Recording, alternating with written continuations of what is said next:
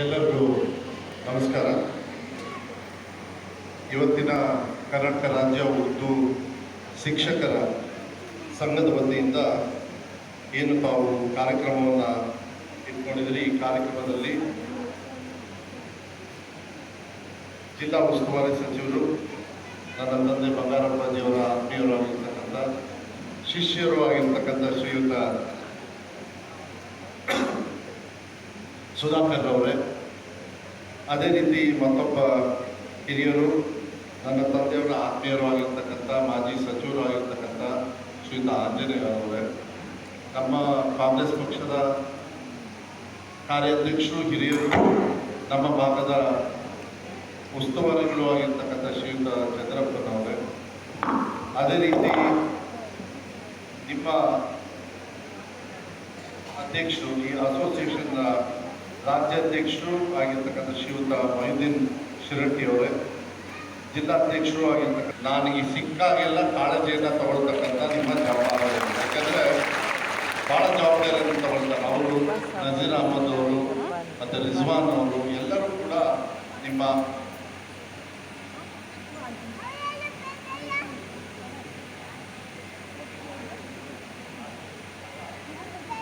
X president RK Sardar ಅವರು. Okay, ನಮಸ್ಕಾರ ಸರ್ದಾರ್ ಅವರೇ.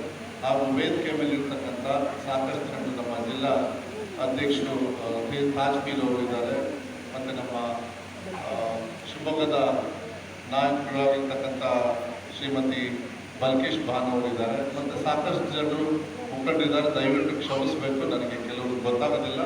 ಎಲ್ಲ ನಿಮ್ಮ ಸಂಘಟನೆಯ, ನಿಮ್ಮ ಅಸೋಸಿಯೇಷನ್ನ ಎಲ್ಲ ಪದಾಧಿಕಾರಿಗಳ, ಎಲ್ಲ ಟೀಚರ್ಸ್ ಇರ್ಬೋದು, ಇಲ್ಲಿ ಬಂದಿರತಕ್ಕಂಥ ರಾಜ್ಯದಿಂದ ಉದ್ದ ಅಗಲದಿಂದ ಬಂದಿರತಕ್ಕಂಥ ಎಲ್ಲ 4,000 ಟೀಚರ್ಸ್ ಇದ್ದೀರಿ ನೀವು. 4,000 ಶಾಲೆಗಳಿದ್ದಾವೆ. ಶಾಲೆ ಇರ್ತಕ್ಕಂಥ ಎಲ್ಲ ಟೀಚರ್ಸು ಮತ್ತು 18,000 ಟೀಚರ್ಸ್ ಇದ್ದಾರೆ ಅಂತ ಹೇಳಿ ನನಗೆ ಮಾಹಿತಿಯನ್ನು ಬಂದಿದೆ. 18,000 ಟೀಚರ್ಸ್ ಪರವಾಗಿ ಬಂದಿರತಕ್ಕಂಥ ಎಲ್ಲ ಶಿಕ್ಷಕ ವೃಂದದವರಿಗೂ ಕೂಡ ನಾನು ಈ ಸಂದರ್ಭದಲ್ಲಿ ಕೃತಜ್ಞತೆ ಮತ್ತು ಧನ್ಯವಾದಗಳನ್ನು, ಭಾಳ ಅದ್ಭುತವಾಗಿ ಒಂದು ರಾಜ್ಯದ ಒಂದು ಸಮಾವೇಶವನ್ನು ಮಾಡ್ತಾ ಇದ್ದೀನಿ. ಅದಕ್ಕೆ ನಿಮಗೆ ಧನ್ಯವಾದಗಳನ್ನು ಮತ್ತು ಕೃತಜ್ಞತೆಗಳನ್ನು ಈ ಸಂದರ್ಭದಲ್ಲಿ ನಾನು ಹೇಳಲಿಕ್ಕೆ ಇಷ್ಟಪಡ್ತೀನಿ. ಅದೇ ರೀತಿ ಫಾತಿಮಾ ಶೇಖ್ ಅವರು ಅವರ ಅವಾರ್ಡನ್ನು ಕೊಡ್ತಕ್ಕಂಥದ್ದು ಏನು ಒಂದು ಶಿಕ್ಷಣ ಇಲಾಖೆಗೆ ವಿಶೇಷವಾಗಿ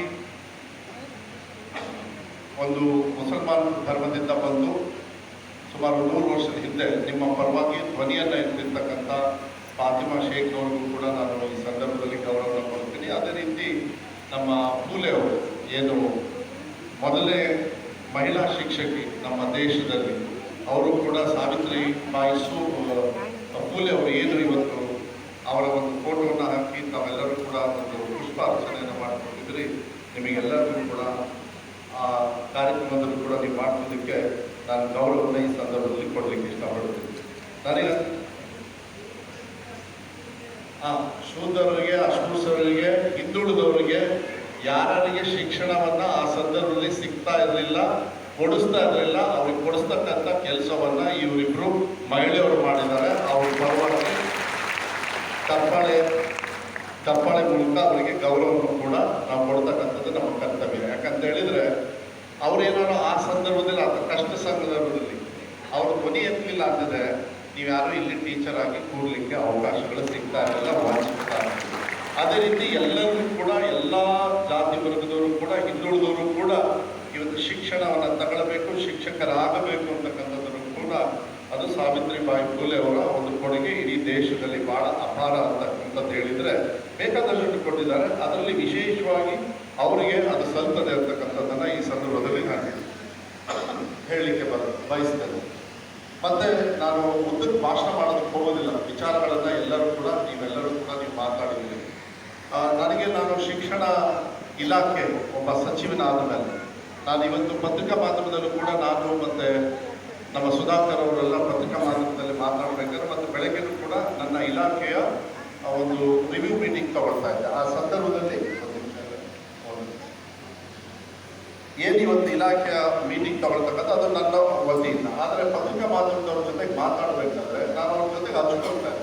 ಯಾಕಂದ್ರೆ ಈ ಮಾಹಿತಿಯನ್ನು ನಿಮಗೂ ಕೂಡ ನಾನು ಕೊಡ್ಲಿಕ್ಕೆ ಇಷ್ಟಪಡ್ತೀನಿ. ಯಾಕಂದರೆ ಇಲ್ಲಿ ಸಾಕಷ್ಟು ಜನರು ಅನುಭವಿಸ್ತಿದ್ದಾರೆ, ಮಂತ್ರಿಗಳಿದ್ದಾರೆ, ಅವ್ರದೇ ಆಗಿರ್ತಕ್ಕಂಥ ಕೆಲಸ ಕಾರ್ಯಗಳನ್ನು ರಾಜ್ಯದ ಜನತೆಗೆ ಅವರವರ ಇಲಾಖೆಯಲ್ಲಿ ಮಾಡ್ಕೊಂಡು ಬಂದಿದ್ದಾರೆ.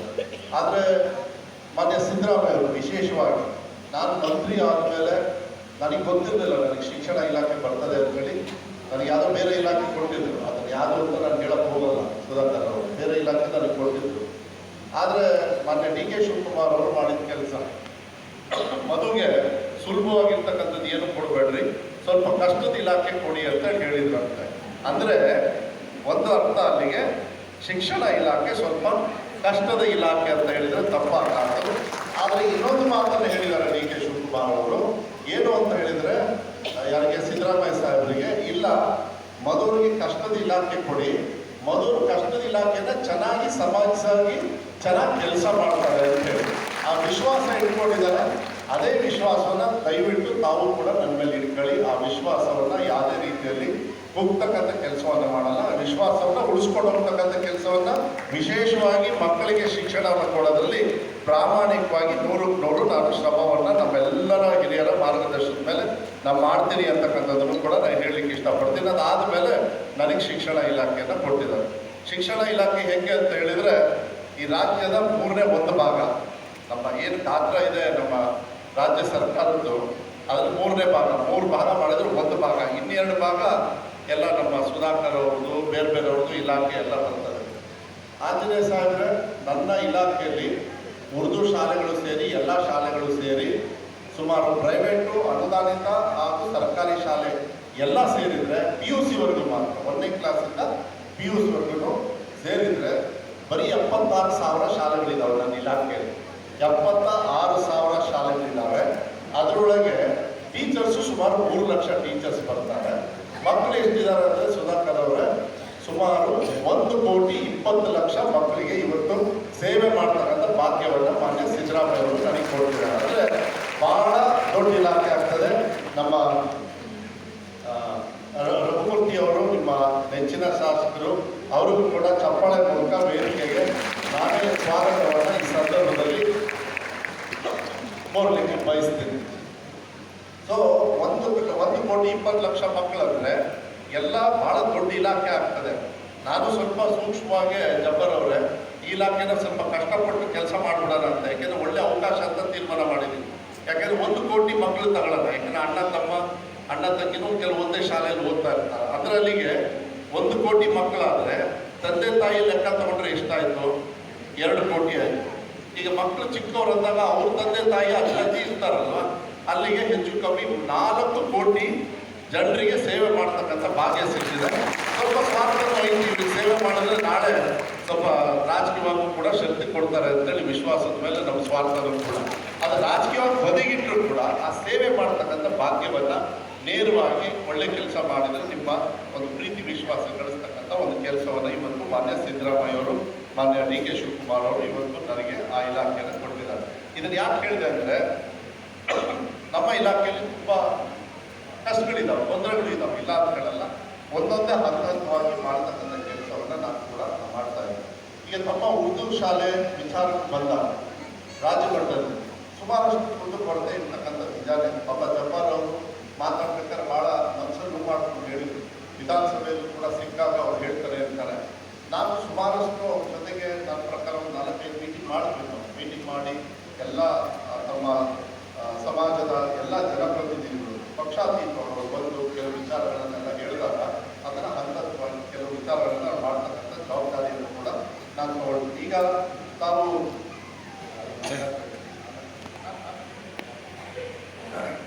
ಮೊದಲೇದಾಗಿ KPS ಶಾಲೆಗಳನ್ನು ನೀವು ಹೇಳಿದ್ವಿ. ಯಾಕೆಂದರೆ KPS ಶಾಲೆ ನಮ್ಮ ರಾಜ್ಯದಲ್ಲಿ ಸ್ವಲ್ಪ ಹಿಟ್ಟಾಗಿದೆ, ನಾನು ಇಲ್ಲ ಅಂತ ಹೇಳೋದಿಲ್ಲ, ಅದು ರಾಜ್ಯದಲ್ಲಿ. ಆದರೆ KPS ಶಾಲೆಯಲ್ಲಿ ಹೇಗೆ ಉರ್ದು KPS ಶಾಲೆಯನ್ನು ಜಿಲ್ಲಾ ಮಟ್ಟಕ್ಕೆ ನೀವೇನು ಕೇಳ್ತಾ ಇದ್ದೀರಿ, ಆ ಜಿಲ್ಲಾ ಮಟ್ಟಕ್ಕೆ ಜಬ್ಬಾರ್ ಅವರು ನೀವು ನನಗೆ ಈ ಕ್ಯಾಲ್ಕುಲೇಷನ್ ಕೊಡಬೇಕಾಗ್ತದೆ. ಏನಾಗ್ತದೆ, KPS is not A residential school. So KPS ಶಾಲೆ ಜಿಲ್ಲಾ ಮಟ್ಟಕ್ಕೆ ನಾವು ಒಂದೇನಾದ್ರು ಮಾಡಿದ್ರೆ, ಯಾಕೆಂದ್ರೆ ನನಗೆ ಐಡಿಯಾ ಇರಲಿಲ್ಲ. ನೀವು ಹೇಳಿದ ಮೇಲೆ ಆ ಮಕ್ಕಳ ಸಂಖ್ಯೆ ಸಿಗುತ್ತೆ ಅಂದರೆ ನಾನು 100% ನಾವು ಮಾಡೇ ಮಾಡ್ತೀನಿ. ಅದನ್ನು ಈಗ ಆದರೆ ಒಂದು ಕೊಡಬೇಕಾಗುತ್ತೆ, ಮಕ್ಕಳ ಸಂಖ್ಯೆ ನೀವು ತಂದು ಕೊಡಬೇಕಾಗ್ತದೆ. ಯಾಕೆಂದರೆ ಅದನ್ನು ಸ್ಟ್ಯಾಟಿಸ್ಟಿಕ್ಸ್ ನನ್ನಂದ್ರೆ ಇರೋದಿಲ್ಲ. ಅದಕ್ಕೆ ತಾವು ಜವಾಬ್ದಾರಿ ತಗೊಂಡು ನನಗೆ ಹೇಳಿದರೆ ಒಂದು ಶಾಲೆಯಿಂದ ಶುರು ಮಾಡೋಣ. ಎಲ್ಲ ಜಿಲ್ಲೆಯಲ್ಲೂ ಆಮೇಲೆ ಎಷ್ಟೆಷ್ಟು ಬೇಕೋ ಆಮೇಲೆ ಮಾಡೋಣ. ಯಾಕೆಂದರೆ ಸಮಾಜದ ಕೆಲ ಕಡೆಗೆ ಕಾನ್ಸಂಟ್ರೇಟೆಡ್ ಇದ್ರೆ ಅಲ್ಲಿ ನಾವು ಮಾಡ್ತಕ್ಕಂಥದ್ದು ವ್ಯವಸ್ಥೆ ಆಗಿ ಅವ್ರಿಗೆ ಒಳ್ಳೇದಾಗ್ತದೆ ಅಂತ ಹೇಳಿದ್ರೆ ನಾವು ಮಾಡೋಣ. ಅದನ್ನೇನಿಲ್ಲ, ಅದು ಯಾವ ರೀತಿ ಮೊಡಾಲಿಟಿ ನಾವು ಮಾಡಬೇಕಂತ ದಯವಿಟ್ಟು ನೀವು ಕೂಡ ನನಗೆ ಕೊಡಿ. ಯಾಕೆಂದರೆ ನಾನು ಸುಮಾರು 500 ಈ ವರ್ಷ, ಅಂದರೆ ಈ ವರ್ಷದಿಂದ ನೆಕ್ಸ್ಟ್ ಅಕಾಡೆಮಿಕ್ ಇಯರ್ ಒಳಗೆ 500 KPS, ಈಗಿನ ಬರೀ 300 ಮಾತ್ರ ಇದೆ KPS ಶಾಲೆ. ಆದರೆ ಮುಂದಿನ ವರ್ಷ ಅಕಾಡೆಮಿಕ್ ಇಯರ್ ಮುಗಿಸೋದ್ರೊಳಗೆ ನಾವು 500 ಶಾಲೆಗಳನ್ನು ಅಪ್ಗ್ರೇಡ್ ಮಾಡ್ತಾ ಇದ್ದೀವಿ ಇಡೀ ರಾಜ್ಯದಲ್ಲಿ.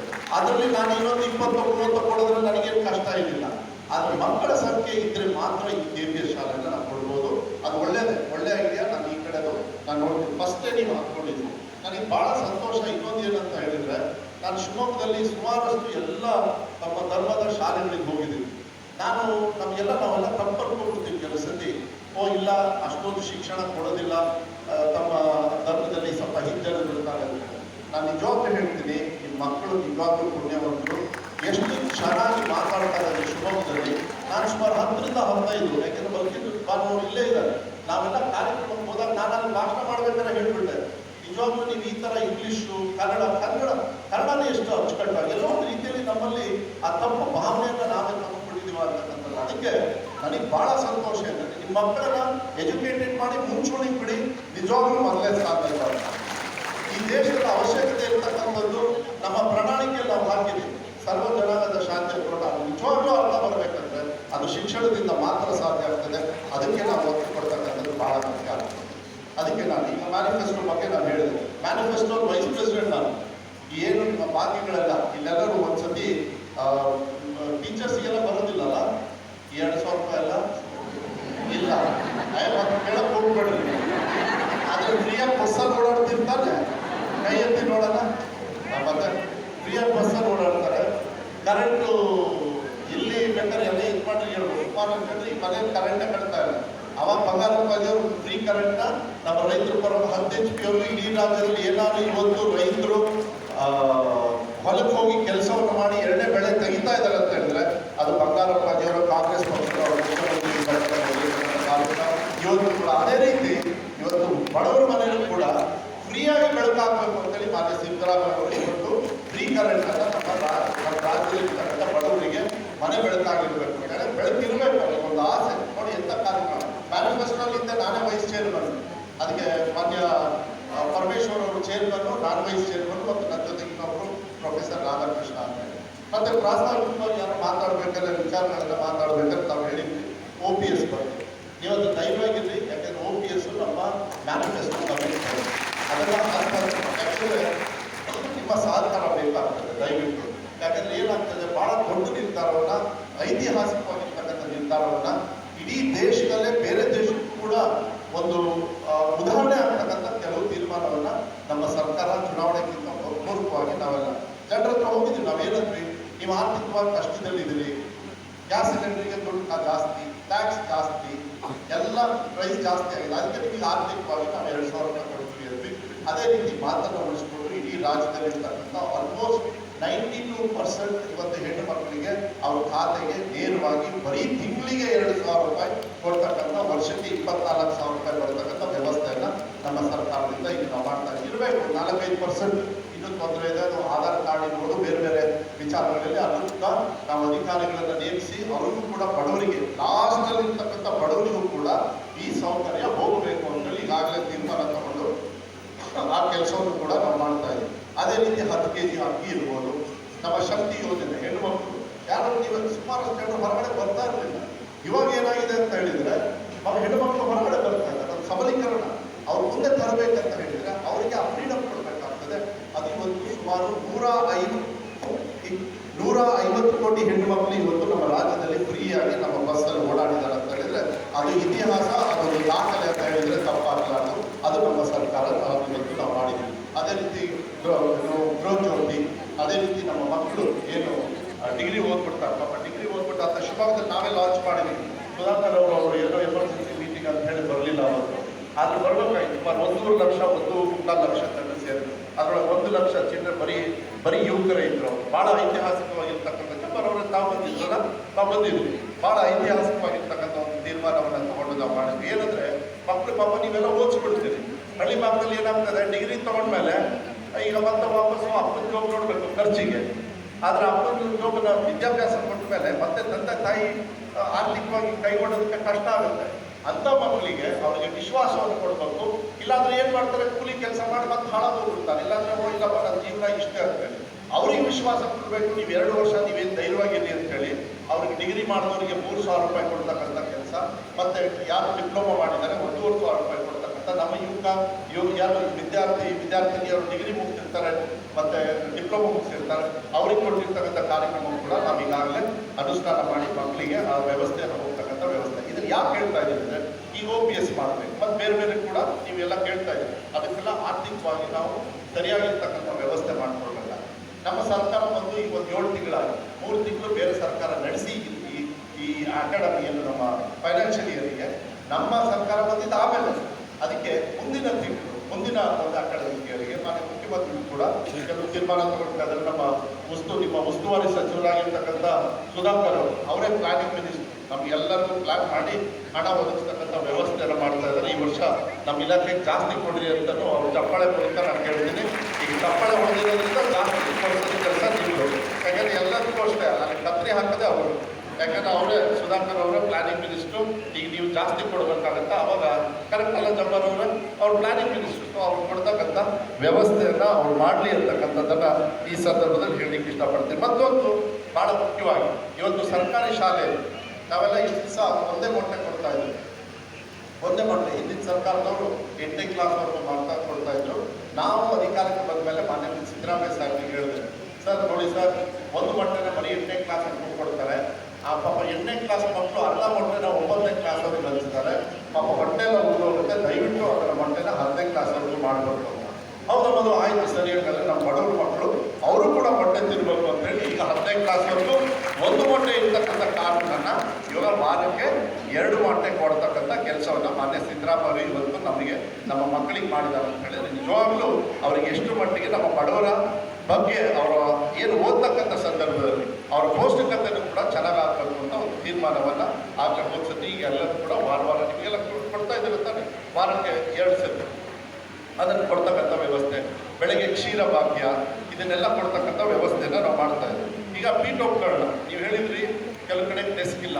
Government I had got to ನಾನು ಬೆಳಗಾಂ ಸೆಷನ್ನಲ್ಲಿ ಬೆಳಗ್ಗೆ ಸುಧಾಕರ್ ಅವರಿಗೆ ನಾನು ಮಾತಾಡ್ತಾ ಇದ್ದೆ.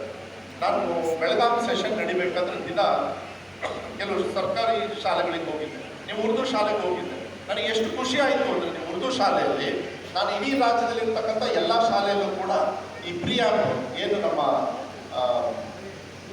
ಸಂವಿಧಾನದ ಪೀಠಿಕೆ ಓದಬೇಕು ಅಂತೇಳಿ ಏನು ಅದ್ಭುತವಾಗಿ ನಿಮ್ಮ ಸೇಠ್ ಅವರು ಮಕ್ಕಳು ಒಂದು ಉರ್ದು ಶಾಲೆಯಲ್ಲಿ ಹೇಳಿದರೆ ನನ್ನ ಲೈಫಲ್ಲಿ ಅಷ್ಟೊಂದು ಮುಖ್ಯವಾಗಿ ಉರ್ದು ಹೇಳಿದ್ರು, ಒಂದು ಶಾಲೆಯಲ್ಲಿ ಕನ್ನಡದಲ್ಲಿ ಹೇಳಿದರು, ಇನ್ನೊಂದು ಶಾಲೆಯಲ್ಲಿ ಇಂಗ್ಲೀಷಲ್ಲಿ ಹೇಳಿದರು. ಅಂದರೆ ನಮಗೆ ದೇವ್ರ ಸಮಾನ ಏನು ಅಂತ ಹೇಳಿದರೆ ಅಂಬೇಡ್ಕರ್ ಬರ್ಕೊಟ್ಟಿರ್ತಕ್ಕಂಥ ಕಾನ್ಸ್ಟಿಟ್ಯೂಷನ್. ನೀವು ನಮ್ಮನೇಲಿ ಇಟ್ಕೊಳ್ಳೋಣ ಧರ್ಮ ಇದನ್ನೆಲ್ಲ ರಾಜಕೀಯವಾಗಿ ಬೇರೆಯವ್ರು ಉಪಯೋಗ ಮಾಡ್ಕೊಳ್ತಾರೆ ಅಂತ. ಆದರೆ ನಾವು ನಿಜವಾಗ್ಲೂ ಭಾರತೀಯರಿಗೆ ನಮಗೆ ಏನಾದರೂ ದೇವಸ್ಥಾನ ಅಂತ ಹೇಳಿದರೆ ಅದು ಅಂಬೇಡ್ಕರ್ ಅವರು ಬರೆದಿರ್ತಕ್ಕಂಥ ಕಾನ್ಸ್ಟಿಟ್ಯೂಷನಲ್ಲಿ ಈ ದೇಶದಲ್ಲಿ ನೀವು ಎಲ್ಲ ಸರ್ವ ಜನಾಂಗ, ಎಲ್ಲ ಜಾತಿಯವರು, ಎಲ್ಲ ಲ್ಯಾಂಗ್ವೇಜ್ ಅವರು ಎಲ್ಲರೂ ಕೂಡ ಒಂದೇ ಒಂದು ವ್ಯವಸ್ಥೆಯಲ್ಲಿ ಕುತ್ಕೊಂಡಿದ್ದೀವಿ ಅಂತ ಹೇಳಿದರೆ ಅದು ಬಾಬಾ ಸಾಹೇಬ್ ಅಂಬೇಡ್ಕರ್ ಅವರ ಒಂದು ಅದ್ಭುತವಾಗಿರ್ತಕ್ಕಂಥ ಒಂದು ಚಿಂತನೆ ಮೇಲೆ ಅದನ್ನು ನಾವು ಕೊಡಬೇಕು ಅಂತ ಹೇಳಿ ಎಲ್ಲ ಶಾಲೆಯಲ್ಲೂ ಕೂಡ ಬೆಳಗ್ಗೆ ನಾವು ಇವತ್ತು ಪ್ರಿಯಾಸನ ಹೋಗ್ತಕ್ಕಂಥ. ಇಲ್ಲಾಂದ್ರೆ ಏನಾಗ್ತದೆ, ಜಾತಿ ಧರ್ಮ ತಂದಿಟ್ಟು ಬಿಡ್ತಾರೆ. ಅದನ್ನು ತೆಗಿಬೇಕು ಅಂತ ಹೇಳಿದರೆ ಅದು ಸಾಧ್ಯ ಆಗೋದು ಬರೀ ಆ ಪ್ರಿಯಾಮಿಂದ ಅಂತಕ್ಕಂಥದ್ದನ್ನ ಮಕ್ಕಳಿಗೆ ಚಿಕ್ಕವರು ಇರಬೇಕಾದ್ರೆ ಅಂತ ಮನೋಭಾವನೆ ಕಲಿಸ್ಬೇಕು ಅಂತೇಳಿ ನಮ್ಮ ಸರ್ಕಾರ ಇವತ್ತು ಆ ಸಮಾನತೆಯನ್ನು ತರ್ತಕ್ಕಂಥ ವ್ಯವಸ್ಥೆಯನ್ನು ಕೂಡ ನಾವು ಮಾಡ್ತಾ ಇದ್ದೀವಿ. ನಾನು ಬೆಳಗಾಮಲ್ಲಿ ಎಲ್ಲ ಕಡೆ ಹೋಗ್ಬೇಕಾದ್ರೆ ಎಷ್ಟೋ ಜನರು ಸರ್ಕಾರಿ ಶಾಲೆಯಲ್ಲಿ ನೆಲವಲ್ಲಿ ಅದು ಮನಸ್ಸಿಗೆ ನೋವಾಗ್ತಾ ಇದೆ. ಯಾಕಂದ್ರೆ ನಾವು ಚಪ್ಪಲಿ ಹಾಕ್ಕೊಂಡು ಅವಾಗ ನಾವು ತೀರ್ಮಾನ ಮಾಡ್ತೀವಿ, ಇಲ್ಲ 1 ವರ್ಷ, ಯಾಕೆಂದರೆ ಟೈಮ್ ಬೇಕಾಗ್ತದೆ, ಒಂದು ಟೇಬಲ್ ಚೇರು ಬೇಕು ಅಂದರೆ ಒಂದು ಕಾಲಮಿತಿ ಬೇಕಾಗ್ತದೆ.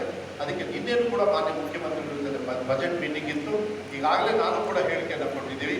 ಇನ್ನು 1 ವರ್ಷದೊಳಗೆ ಅಂದರೆ ಈ ವರ್ಷ ಡಿಸೆಂಬರ್ 31st ಈ ವರ್ಷ ಡಿಸೆಂಬರ್ 31st ಒಳಗೆ ಮಕ್ಕಳು ಇನ್ಮೇಲೆ ಎಲ್ಲ ಜಾತಿ ವರ್ಗದವರು ಯಾವುದೇ ಶಾಲೆಯಲ್ಲಿ ಪ್ರೈವೇಟ್ ಇರಲಿ, ಅನುದಾನಿತ ಇರಲಿ, ಸರ್ಕಾರಿ ಶಾಲೆ, ಫಸ್ಟ್ ಸರ್ಕಾರಿ ಶಾಲೆಯಲ್ಲೇ ಯಾರು ಕೂಡ ಮಕ್ಕಳು ಇನ್ಮೇಲೆ ನೆಲ ಮೇಲೆ ಕೂರೋದಿಲ್ಲ. ಅವ್ರ ಟೇಬಲ್ ಮೇಲೆ ಕೂರಬೇಕು, ಸಮಾನತೆ ತರಬೇಕು ಅಂತಕ್ಕಂಥದ್ದು. ಯಾಕಂದರೆ ಮಕ್ಕಳಿಗೆ ಆ ಮಕ್ಕಳಲ್ಲಿ ಬೆಳಿಬಾರ್ದು. ಅದಕ್ಕೆ ನೀವು ಬೀಟಪ್ಗಳನ್ನ ಮತ್ತು ಪಾಠಗಳನ್ನ ಏನನ್ನ ಹೇಳಿದ್ರೆ ಅದಕ್ಕೆ ಒತ್ತನ್ನು ಕೊಡ್ತಕ್ಕಂಥ ಜವಾಬ್ದಾರಿಯನ್ನು ನಾನು ಕೂಡ ತಗೊಳ್ತೀನಿ. ಅದು ಭಾಳ ಅರ್ಥವಾಗಿರ್ತಕ್ಕಂಥ ಕೆಲವೊಂದು ನೀವು ಹೇಳಿದ್ರಿ. ಯಾಕಂದರೆ ಜಬ್ಬಾರ್ ಅವರು ಮಾತಾಡ್ಬೇಕಾದ್ರೆ ಮನಸ್ಸಿಂದ ಭಾಳ ನೋವು ಹೇಳಿದ್ರು. ಎಷ್ಟೊಂದು ಬೇಡ ಬಿಟ್ಬಿಡಿ ಅಂತ, ಏನು ಬೇಡ ಬೇಡ ಅಂತ ಬಿಡೋ ಪ್ರಶ್ನೆನೇ ಅಲ್ಲ. ನಮ್ಮ ಮಕ್ಕಳಿಗೆ ನಿಜವಾಗ್ಲೂ ದೇವ್ರ ಕೆಲಸ ಏನು ಅಂತ ಹೇಳಿದ್ರೆ ಮಕ್ಕಳಿಗೆ ಪಾಠ ಹೇಳ್ಕೊಡೋದೇ ದೇವ್ರ ಕೆಲಸ ಅಂತಕ್ಕಂಥ ತಿಂಡಿನ ನಾವು ಹೆಜ್ಜೆನ ಹಾಕ್ಕೊಂಡು ನಾವು ಬರ್ತಾ ಇದ್ದೀವಿ. ಅದ್ರ ಜೊತೆಗೆ ತಾವು ಒಂದು ಡ್ರಾಪ್ ಔಟ್ಸ್ನ ಕಮ್ಮಿ ಮಾಡ್ತಕ್ಕಂಥ ಕೆಲಸವನ್ನು ಮಾಡಬೇಕು, ಅದೊಂದು ಹಿಡ್ಕೊಳ್ಬೇಕಾಗುತ್ತೆ. ನೀವು ಅದಕ್ಕೆ BRP ಮತ್ತು CO ಅಂತ ಹೇಳಿ ಕೇಳ್ಕೊಂಡಿದ್ರಿ. ನಾನು ಇದಕ್ಕೆ ಸ್ವಲ್ಪ ಸಮಯ ತಗೊಂಡಿದ್ದು. ಜಬ್ಬಾರ್ ಅವರು हम लोग बात करके ಫೈನಲೈಸ್ ಕರೆಂಗೆ, ಕ್योंकि ದಟ್ಸ್ ವೆರಿ ಇಂಪಾರ್ಟೆಂಟ್. ಯಾಕಂದರೆ ಏನಾಗ್ತದೆ, ನಮ್ಮ ಇಲಾಖೆಯಿಂದ DDP ಅವರು ಇಲ್ಲ ಬರಲೇ ಇಲ್ಲ, ಅದು ತಪ್ಪು.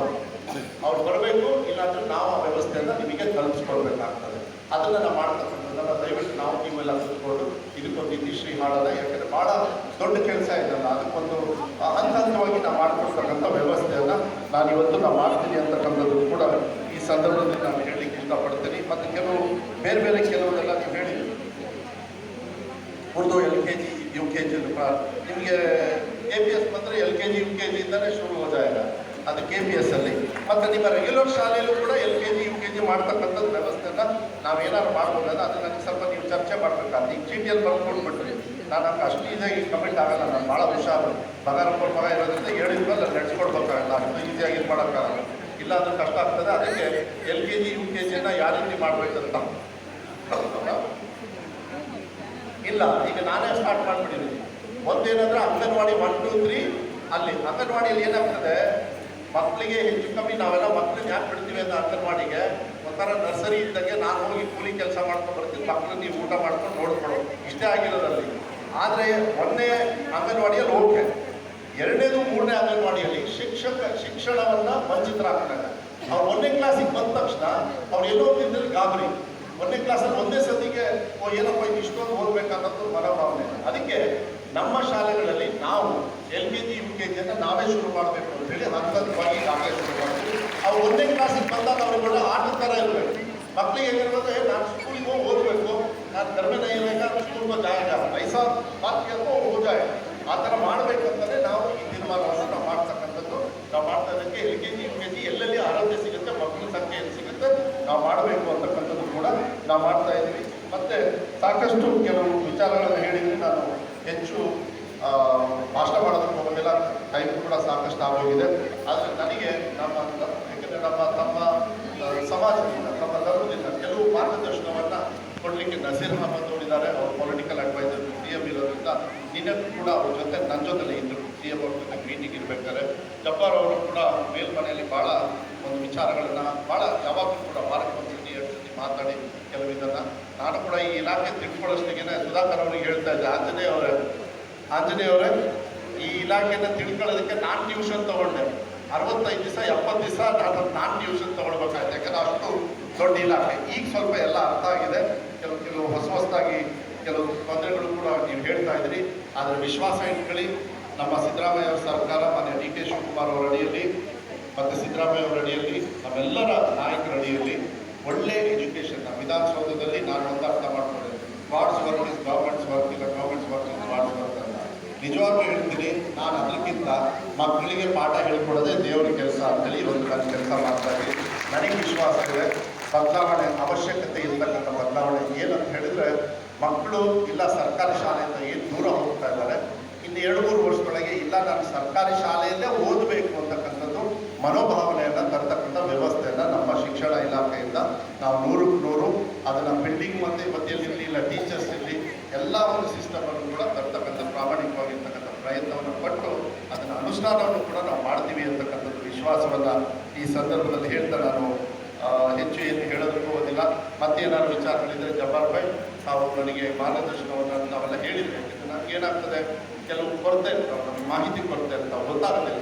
ನೀವು ಕ್ರಮೇಣ ನಮಗೆ ಹೇಳ್ತಾ ಹೋದರೆ ಆಮೇಲೆ ನಮ್ಮ ಸರ್ಕಾರವು ಯಾವ ರೀತಿ ನಡೀತಾ ಇರ್ತದೆ ಅಂತ ನಿಮ್ಗೆ ಗೊತ್ತಿರೋದ್ರಿಂದ ನಾವು ನೀವು ಕೂತ್ಕೊಂಡು ಒಂದು ವಿಚಾರಗಳನ್ನು ಮಾಡಿ ವಿಶೇಷವಾಗಿ ಏನು ಉರ್ದು ಶಾಲೆಯ ಒಂದು ಕಾಳಜಿಯನ್ನು ನಮ್ಮ ಸರ್ಕಾರದವರು ವಿಶೇಷವಾಗಿ ನಿಮ್ಮ ಸಮಸ್ಯೆಗಳನ್ನು ಹಂತವಾಗಿ ಸರಿ ಮಾಡ್ತಕ್ಕಂಥ ಕೆಲಸವನ್ನು ನಾವು 100 ಮಾಡ್ತೀವಿ ಅಂತಕ್ಕಂಥದ್ದನ್ನು ಹೇಳಿ ಮತ್ತೊಮ್ಮೆ ಅಧ್ಯಕ್ಷರು, ರಾಜ್ಯಾಧ್ಯಕ್ಷರು, ಮಾಜಿ ಅಧ್ಯಕ್ಷರು ಮತ್ತು ವಿಶೇಷವಾಗಿ ಜಬ್ಬಾರ್ ಅವರು ಇರ್ಬೋದು, ಈಗ ಮಾನ್ಯ ರಘುಮೂರ್ತಿ ಅವರು ಬಂದಿದ್ದಾರೆ, ಮತ್ತು ಸುಧಾಕರ್ ಅವರಿಗೆ, ಆಂಜನೇಯ ಅವರಿಗೆ, ಮತ್ತು ನಮ್ಮ ಚಂದ್ರಣ್ಣ ಅವರಿಗೆ, ಮತ್ತು ಬಲಕೇಶ್ ಬಾರೂರು ಇರ್ಬೋದು, ಮತ್ತು ವೇದಿಕೆ ಮೇಲೆ ಇರ್ತಕ್ಕಂಥ ಎಲ್ಲ ಗಣ್ಯರಿಗೆ, ಮುಖಂಡರಿಗೆ, ಮತ್ತು ಶಿಕ್ಷಣ ಇಲ್ಲಿ ಬಂದಿರ್ತಕ್ಕಂಥ ಟೀಚರ್ಸ್ ಇರ್ಬೋದು, ರಾಜ್ಯದಿಂದ ಎಲ್ಲ ಕಡೆ